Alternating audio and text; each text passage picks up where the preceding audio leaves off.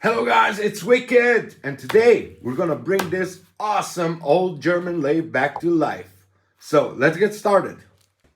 First, just some quick info on this lathe. It's a German lathe from the 50s, I think, by the company Leinen. It's the model LZ4s. But some of you might know this firm by the other name, Boyle Leinen. Yes, Boyle, the watchmaker lathe company. So it is a high quality lathe. It has speeds from 513 to 2170 RPM. The center distance is 500 millimeters. The center height is 130 millimeters. The spindle bore is 25 millimeters. And the tapered tailstock is Morris Taper 2. It can cut frets from 27 metric. I think it does 21-inch threads, 20 over 30 cross and latitude feeds. It's not fully automatic. There are gears to change for thread cutting, but let me show you what I have. So these are some of the things I got with the lathe. This is the most important, I think, the book. I even have the receipt in here. And if you look, it's this is handwritten, 7th of 61. All the tolerances, everything. It's not like those cheap Chinese things you buy and they have printed on. This is handwritten. Everything in here, all the tolerances, all the specifications of the lathe. So yeah, this is very cool. These are some parts I took off. These are just some covers. These are the gear covers, the electrical covers, and some other stuff. Full set of gears, complete. That's awesome. I think this is a dog drive. I don't know. I think this is a dog drive. The back plate. And this is the new belt I got. The new leather belt that we are going to be installing. A micrometer. I mean, a gauge on a stand. I don't know how it's called in English, but you know what it is for the collets, the collet holder, or I don't know. Some knives, quite some knives actually, and the collets, keys. This won't fit. This is a Morris 3, I think. A lot of collets. I hope I can restore these.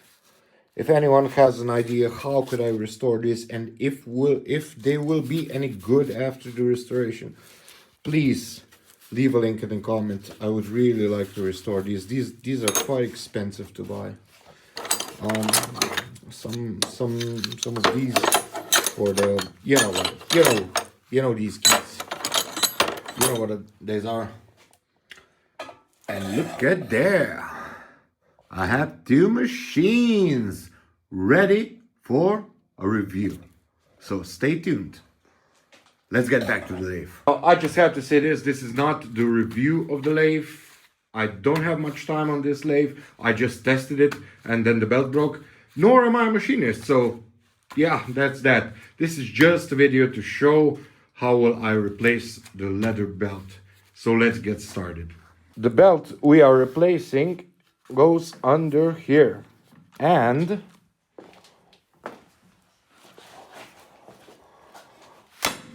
it goes down here and to the motor around here. There's the motor in the back.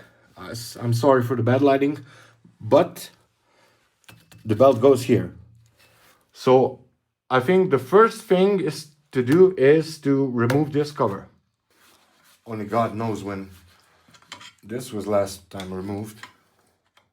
Probably in the 60s. Oh, there are only 2 screws. That's nice.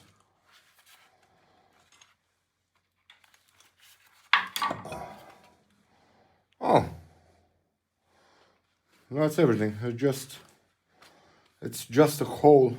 Yeah, well, what did I expect? Oh, even this cover is massive. Wait, what the? Wicked. Do not attempt time travel while Lathe. This old Tony, Chris. Huh. That's odd. Anyway, this cover is not in the way for now. I'll just slide the belt down here and I won't remove it for now. So, this is the new belt. Let's see it.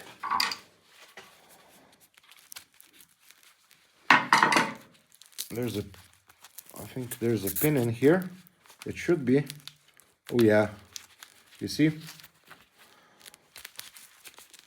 Okay. So here's the retaining pin, so I can lock it in place. You have to have a belt like this because there is no other way to get a full belt on this, because it's, you know, in the middle. So it's a bit expensive, but hey, for a lathe.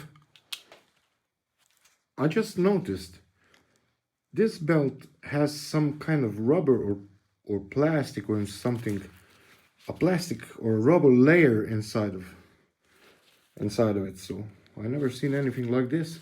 It is leather, but there's some rubber inside. Yeah, that's probably why it's so expensive. First, I think I'll just feed it in here and down this way.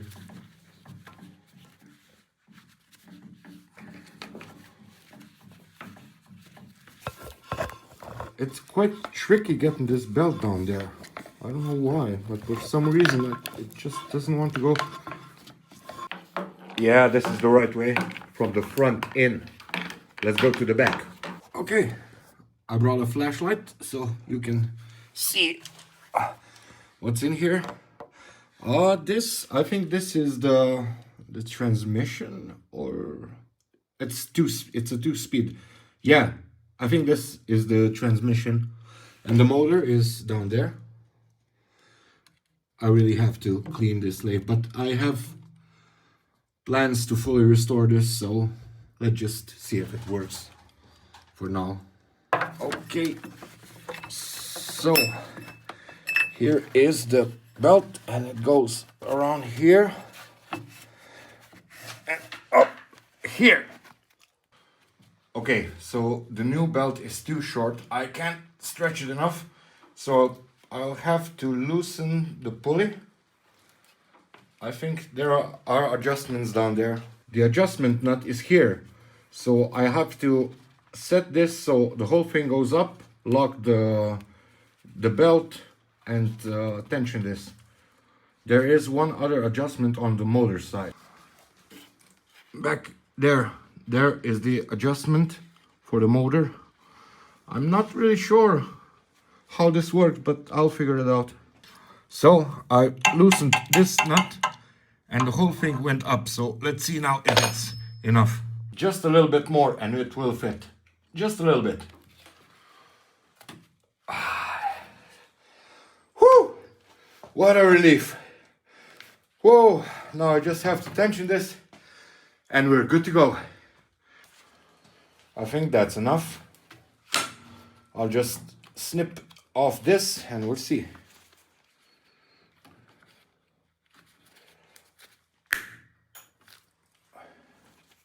Does it clear?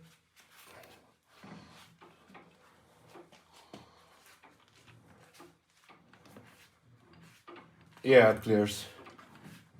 Okay, let's turn it on. So, the moment of truth. The lathe is plugged in, so let's get some power. Okay, the light is on, that is good. To be quite frank with you, I don't remember what all these knobs do, and I can't read German. So, but one thing I do know, that this lever turns it on. So, let's see now. Yeah, it works.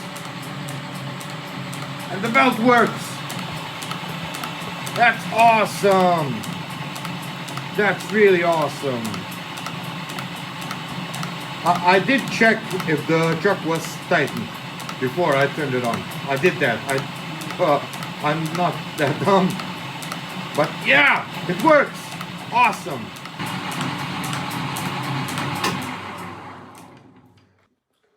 Now the next thing to do is to get a tool in here and try if it cuts. Let's see what kind of tools we have in here. These are some carbide inserts, I think. I really don't know how to operate the lathe, so this is going to be a learning process for me too. These, I think they're called carbide inserts. These are different. Yeah, these are different. And there are a whole lot of knives in here, or tools. I don't know how it's called in English the correct way. I think there's, look, we have some jaws. I think for the chuck. What's this? Oh, this is probably for the lathe, something, some kind of stop or something. If anybody knows what this is and how it's used, please leave a comment down below.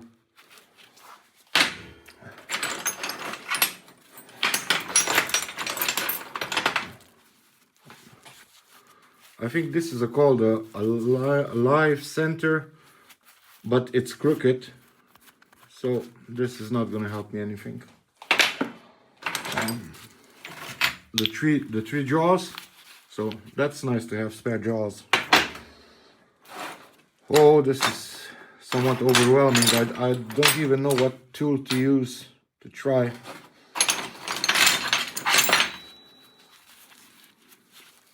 This looks cool. I don't know, I think this is too big for this lathe.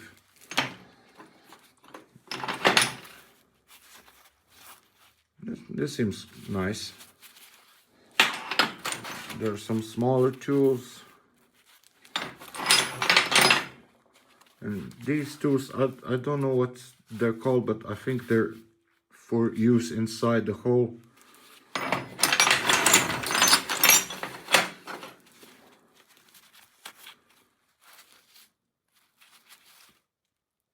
This it. Well, let's try this one and see how it works. And from what little that I know about lathe cutting, I think this has to be on the center. I think this will be a good enough reference. I hope so. And I think that this tool is too low. Yeah, it's too low for the lathe. Yeah, this knife is too low. I have to get it up to so it. Well, I think the center is right over there somewhere. These are just some pieces that came with the tools. I probably think these are for setting the tool height. So I'll try to center the tool and then we'll try to cut. There. I had to replace that shim with a bigger one, but I think I got it as close as I could to the center of the lathe. Well, to be quite honest with you, I'm not really comfortable working this close to the lathe, to the head. So I will find a different piece that's a little bit out, just for my sanity. I found this piece of steel. I don't know what kind of steel it is, but I think it's gonna work, but I have to cut it down a bit. It doesn't go through the spindle.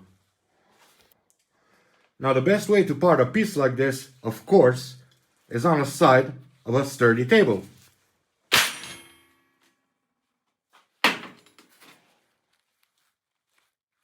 Excellent. I couldn't get the chuck to tighten, so I took it apart and I'll just clean it a bit just to see what it is. There was some grime and dirt inside. I hope that's all it is. I hope the chuck is okay. So this is number 1. I think this has to go in the first has to be engaged. Number 1. This is number 2.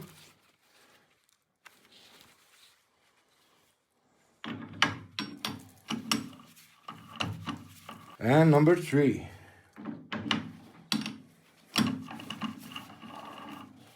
Okay, all 3 are engaged. Oh, let's see now. Oh yeah, it's way better. Yes, of course. Way better. Before I couldn't tighten it. So let's put the part in.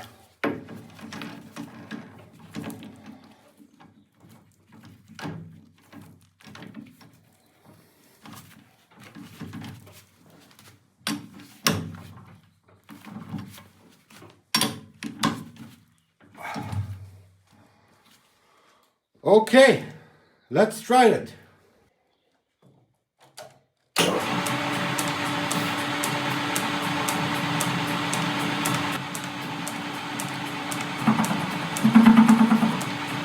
Okay. I'll use some cutting oil.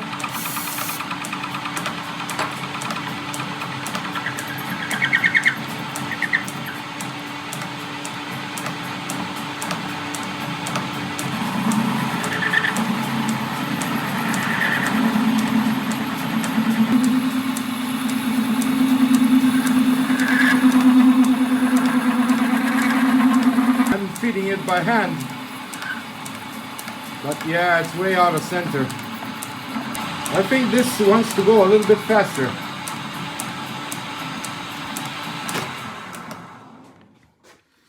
Well, that's not that bad for first time. I think this wants to go a little bit faster. I don't know. And I'll try to turn on the power feed. Okay, so let's figure out how the power feed goes. No. Okay. Okay, I think I locked the carriage. Let's try this. No. Oh, the screw isn't turning. Let's try this by hand. I don't know what this is, but no.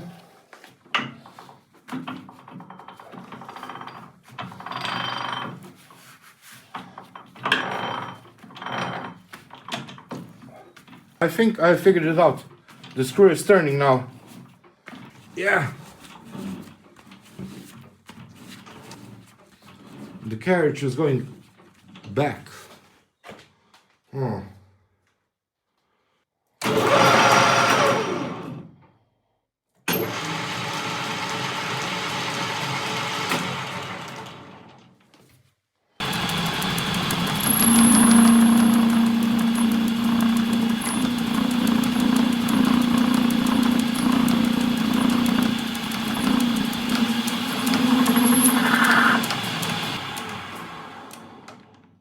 Oh, the finish is not that great because I was hand feeding.